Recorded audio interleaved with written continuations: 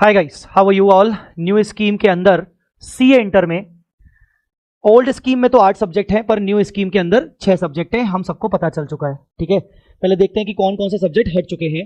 तो old scheme में जो ईआईएस एसएम था, उसका ईआईएस पार्ट हट गया है, एसएम पार्ट एफएम के साथ मिल गया है, ईएफएफ हट गया है, और एडवांस अकाउंट्स और अकाउंट्स मर्ज होकर एडवांस अकाउंट्स हो गया है।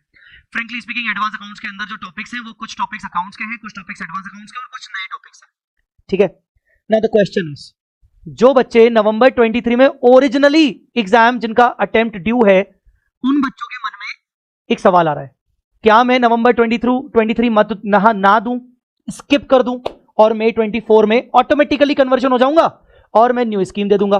बेटा देख, तू ऑटोमेटिकली तो कन्वर्जन हो जाएगा, कोई दिक्कत ही नहीं है, पर क्या मुझे नवंबर 23 स्किप करना चाहिए और मई 24 में जाना चाहिए, ठीक है। उसका एक चक्कर है, ठीक है भाई। वो चक्कर क्यों है? अच्छा, टाइम पीरियड अभी हमारे पास नवंबर 23 के लिए 4 महीने पड़ा हुआ है, जिस दिन मैं ये वीडियो बना रहा हूं, क्योंकि न्यू स्कीम कल ही आई है। अब ये सवाल क्यों आ रहा है, या फिर इसके अलावा एक दूसरा सवाल होगा कि सर नवंबर 23 में वैसे तो मैं दोनों ग्रुप प्लान कर रहा था, पर अब ना मैं एक ही ग्रुप प्लान कर रहा हूं, तो बाकी का ग्रुप मैं अगले मई 24 में चला जाऊं क्या, ठीक है। और सर अगर चला जाऊंगा तो क्या मेरे को कॉस्टिंग का एग्जम्पशन मिलेगा क्या सर, ठीक है। अपन उस पर भी आते हैं। तो मुद्दे की बात है, हम ऐसा क्यों सोच रहे हैं? क्योंकि मई 24 का लड्डू दिख रहा है हमें, ठीक है ना। क्या लड्डू दिख रहा है? लड्डू ये दिख रहा है, अरे बढ़िया यार, 8 पेपर के बजाय 6 पेपर हो गए, मजा। दूसरा लड्डू, एमसीक्यू हो गए भैया, एमसीक्यू बढ़िया मस्त, कम पढ़ना पड़ेगा, ठीक है ना। तो लेट मी क्लियर यू कि यस, 8 सब्जेक्ट के बजाय 6 सब्जेक्ट हो गए, बट मैं आपको बता दूं, एडवांस अकाउंट्स जो हुआ है ना, वो बहुत ही जबरदस्त कर्रा वाला एएस इसमें जुड़ रहा है, अच्छा वाला एएस जुड़ रहा है।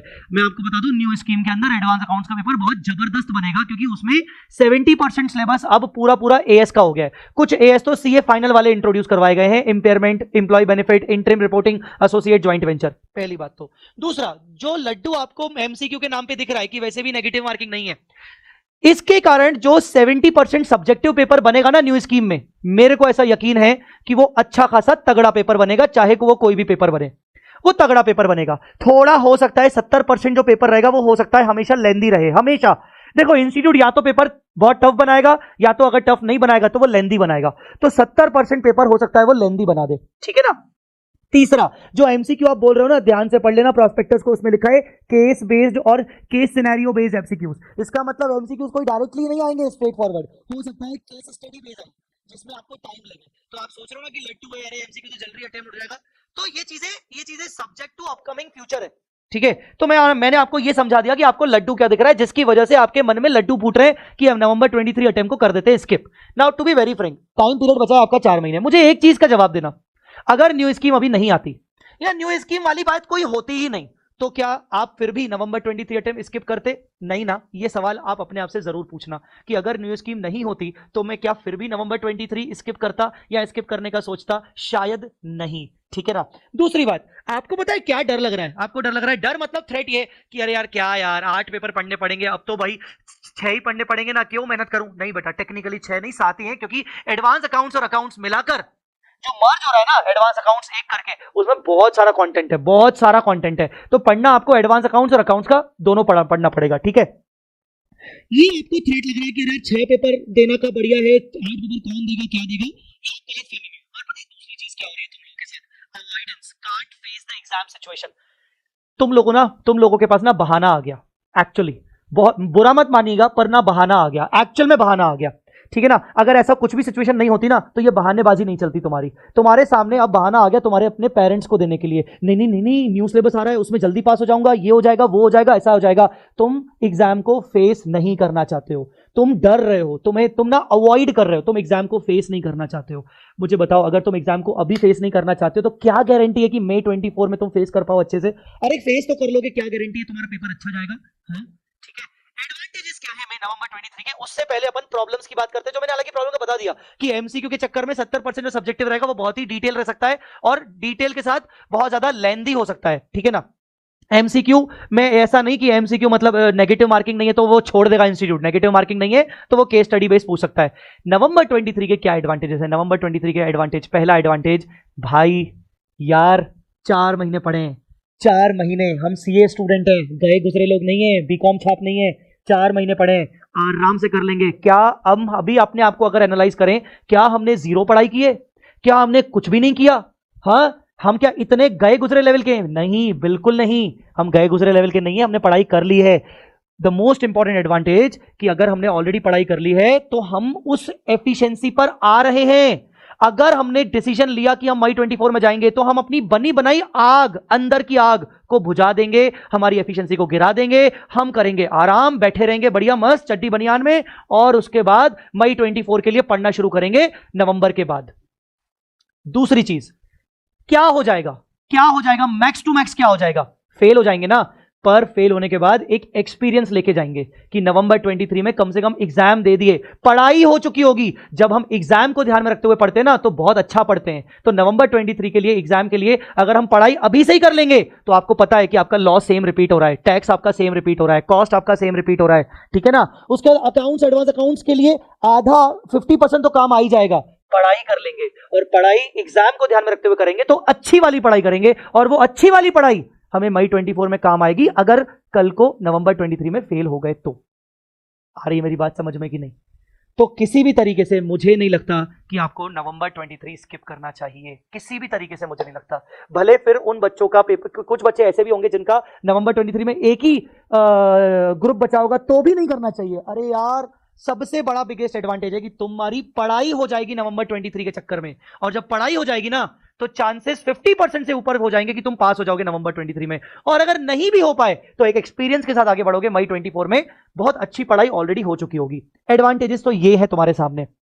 फाइनल सोल्यूशन क्या होना चाहिए? पहली बात, अगर अभी तक दोनों ग्रुप का माइंडसेट लेके चल रहे थे नवंबर 23 में, तो मैं आपको बोलूंगा दोनों ग्रुप का माइंडसेट लेके चलो, दोनों ग्रुप एक शॉट में निकालने की कोशिश करो, नक्की करो, खत्म करो। मैक्स टू मैक्स क्या होगा? कुछ में फेल हो जाएंगे, एग्जामिशन मिल जाएगी, इंस्टीट्यूट की एग्जामिशन के ऊपर बहुत सारी चीजें आने वाली हैं, टेंशन मत लो। अगर ये दोनों ग्रुप का माइंडसेट नहीं है, लग रहा है कि भाई 4 महीने के अंदर 8 सब्जेक्ट प्रिपेयर नहीं हो पाएंगे, बहुत मुश्किल है, मैं तो वैसे भी न्यू स्कीम का वेट कर रहा था, तो ये सोच ही रहा था कि न्यू स्कीम आएगी तो सेकंड ग्रुप उसके हिसाब से समझूंगा, तो कोई बात नहीं। अगर ऐसा है तो एक काम करो, मिनिमम से minimum group 1 plus advance accounts दे दो। उससे दो एडवांटेज है। पहला, ग्रुप 1 अगर दे दोगे तो तुम्हारा कॉस्टिंग पास अगर कर लोगे तो तुम्हारा नेक्स्ट सेकंड ग्रुप में मई 24 में कॉस्टिंग तुम्हारा एग्जाम्प्ट हो जाएगा। इसके हाई चांसेस हैं, यस 90% अबाउट चांसेस है कि एग्जाम्प्ट हो जाएगा। हालांकि इस पे क्लैरिफिकेशन नहीं है, पर हाई चांसेस मैं इसलिए बोल रहा हूं क्योंकि सीए फाइनल वाले बच्चों को भी ऐसा कुछ एग्जाम्पशन दे दिया गया है। तुमने सेल्फ पेस्ड ऑनलाइन मॉड्यूल का नाम सुन लिया होगा जिसमें 4 सेट है, तो फाइनल वालों को एग्जेम्प्ट कर दिया गया है सेट ए या फिर सेट बी। अगर फाइनल वालों का एक आध ग्रुप हो चुका है, जैसे ग्रुप 1 हो चुका है, तो उनको सेट ए एग्जेम्प्टेड है। तो वैसे ही तुम्हारे में भी चांसेस हैं कि भाई कॉस्टिंग का कंप्लीट कर लोगे, अगर ग्रुप 1 क्लियर कर लोगे कॉस्टिंग हमारा एग्जेम्प्ट हो जाएगा। दूसरा, अकाउंट्स और एडवांस अकाउंट्स मिलकर एडवांस अकाउंट्स हो रहा है, ठीक है ना। अब यार देखो, मैं ये नहीं बोल रहा हूं कि तुम्हारा एडवांस अकाउंट्स आगे एग्जाम्प्ट हो जाएगा, यहां अगर तुम्हारी एग्जाम्पशन आ गई तो मुझे नहीं पता, ठीक है ना।